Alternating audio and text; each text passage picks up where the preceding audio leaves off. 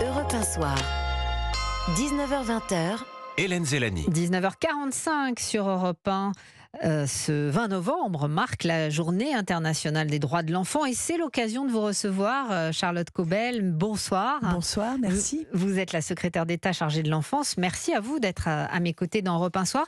Alors avant tout, j'aimerais qu'on écoute un petit extrait de la chanson composée par des élèves de 6e d'un collège des Yvelines pour dire stop aux maltraitances contre les enfants.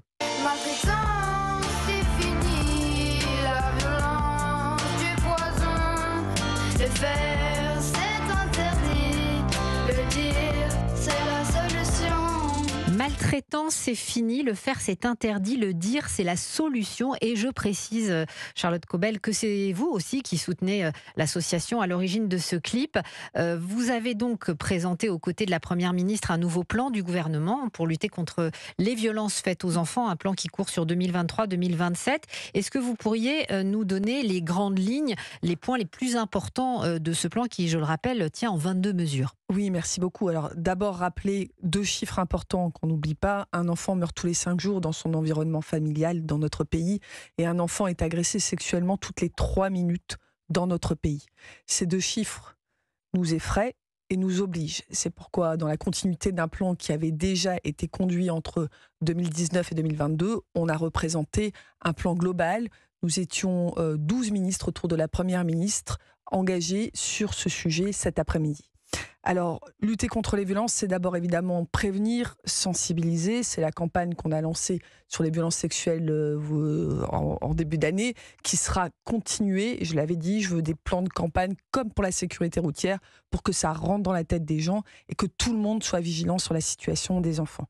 C'est évidemment sensibiliser les enfants eux-mêmes et c'est tout le travail que Gabriel Attal reprend sur questions de vie affective et sexuelle pour que les enfants apprennent à se protéger eux-mêmes de toutes ces violences autour de la famille, au sein de la famille et dans le monde du sport. C'est le renforcement de tous les numéros d'écoute. C'est le renforcement de Signal Sport. La ministre des Sports renforce les équipes qui écoutent. Le 119, le 3018 qui est le numéro dédié au cyberharcèlement parce que là aussi, on a explosé dans les violences. Et c'est beaucoup de moyens mis dans les enquêtes. On a ce matin inauguré l'office dédié aux violences faites sur les mineurs avec Gérald Darmanin et la Première ministre. Nous avions 35 enquêteurs, nous passons à 85 enquêteurs, des enquêteurs dédiés à beaucoup de criminalités, dont la pédocriminalité en ligne. Alors, le clip, si j'ai voulu le réécouter, c'est parce que, en quelques mots, je trouve qu'il dit des choses très importantes. Il dit le dire, c'est la solution. Comment faire pour que les enfants disent quand ils souffrent et pour être sûrs qu'ils sont entendus? C'est un véritable enjeu. D'abord, c'est pour nous la formation de l'ensemble des professionnels de l'enfance, dès les crèches, dans l'écolo, à l'école évidemment, le monde de la santé, les médecins, les dentistes qui parfois peuvent repérer des choses.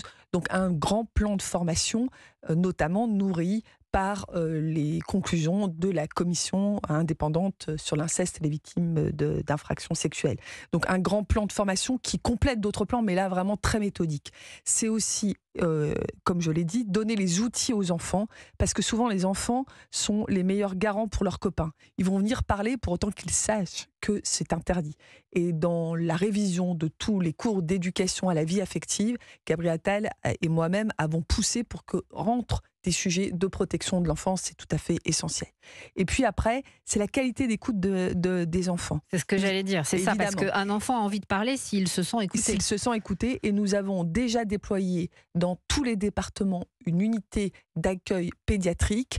La Première ministre nous a demandé d'en déployer une par juridiction, qui complète d'ailleurs des dispositifs déjà qui existent dans la police et dans la gendarmerie. Mais donc c'est tout un maillage de gens formés pour entendre la parole de l'enfant avec un regard à la fois médical, santé et un regard d'enquêteur. Alors Charlotte Caubel, on va prendre en ligne Christopher qui a aujourd'hui 42 ans. Bonsoir Christopher.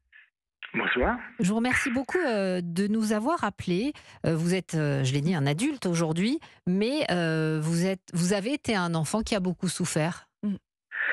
Ben, un peu comme tout le monde, ouais. Ben, un enfant, oui, forcément. Comme tout le monde, je ne crois pas, mais racontez-nous.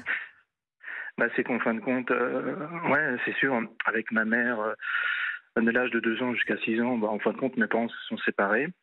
Et puis elle me gardait pendant tout ce temps-là. de 2 à 6 ans, puis en fin de compte, elle me maltraitait. J'avais le droit à des douches froides, à être habillé en short, t-shirt dehors, et puis des maltraitances, quoi. Et puis en fin de compte, le problème, c'est que j'étais tout seul aussi dans la rue. Donc pour un enfant, je veux dire, des fois de 3 ans, c'est pas évident. Surtout, c'est qu'on habitait des fois dans des quartiers. Votre maman, elle Donc, vous laissait à 3 ans seule dans la rue? Oui. Oui, parce que même elle nous enfermait des fois dans notre chambre parce qu'elle partait en discothèque pour rencontrer d'autres hommes. Et puis elle nous laissait complètement, à faire notre vie en gros, quoi. Parce qu'elle avait la sienne. Et puis fallait pas que on puisse déranger, quoi, en gros, quoi. Alors donc elle avait strictement rien à faire de nous.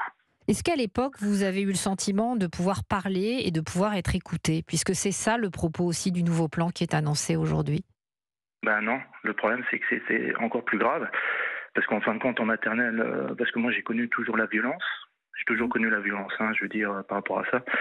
C'est qu'en fin de compte, le problème c'est que quand vous connaissez ça, en fin de compte, vous répondez par la violence. Je veux dire, avec d'autres élèves.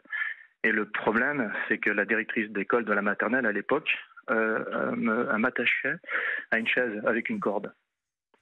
C'est terrible ce que vous dites, Christopher. Et aujourd'hui, vous avez réussi à surmonter tout ça? Oui, oui, oui.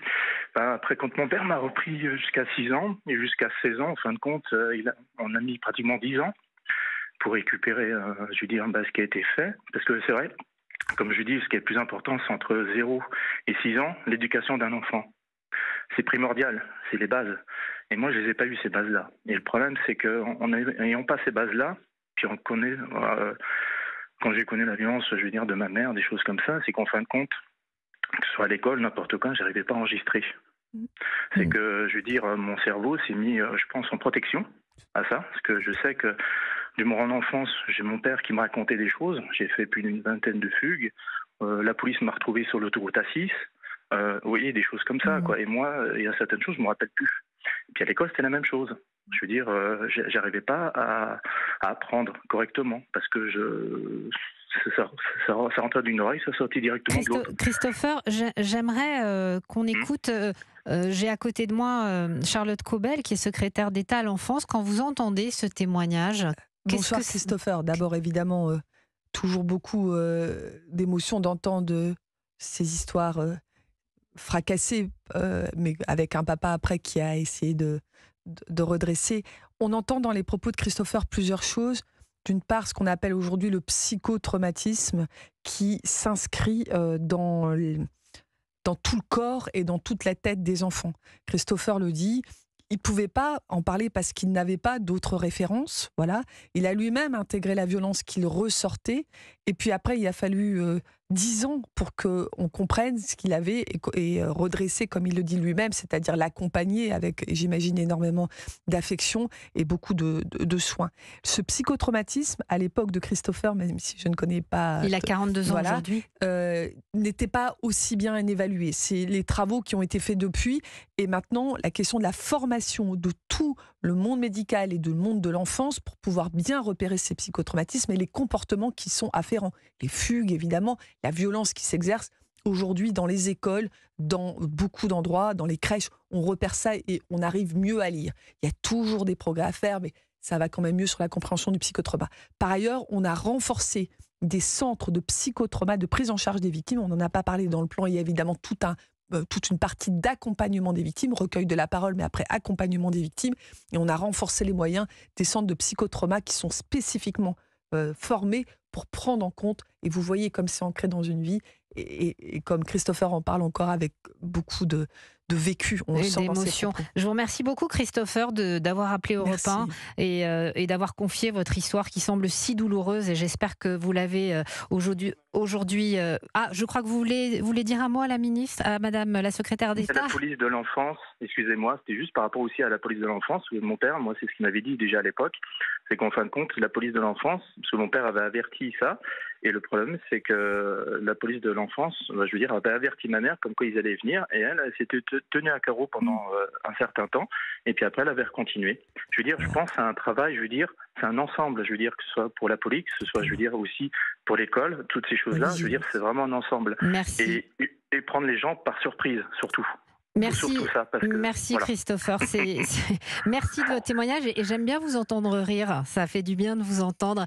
Malheureusement, le temps qui nous était imparti est terminé parce que c'est un sujet très intéressant et sur lequel il y a énormément de choses à dire. J'espère que vous reviendrez, Charlotte Cobel, Avec plaisir. secrétaire d'État chargée de l'enfance. Merci d'avoir été en direct dans Europe 1 Soir. Et je rappelle le numéro à composer pour les enfants victimes de violences, le 119, et pour le harcèlement, le 3018. Europe 1 Soir.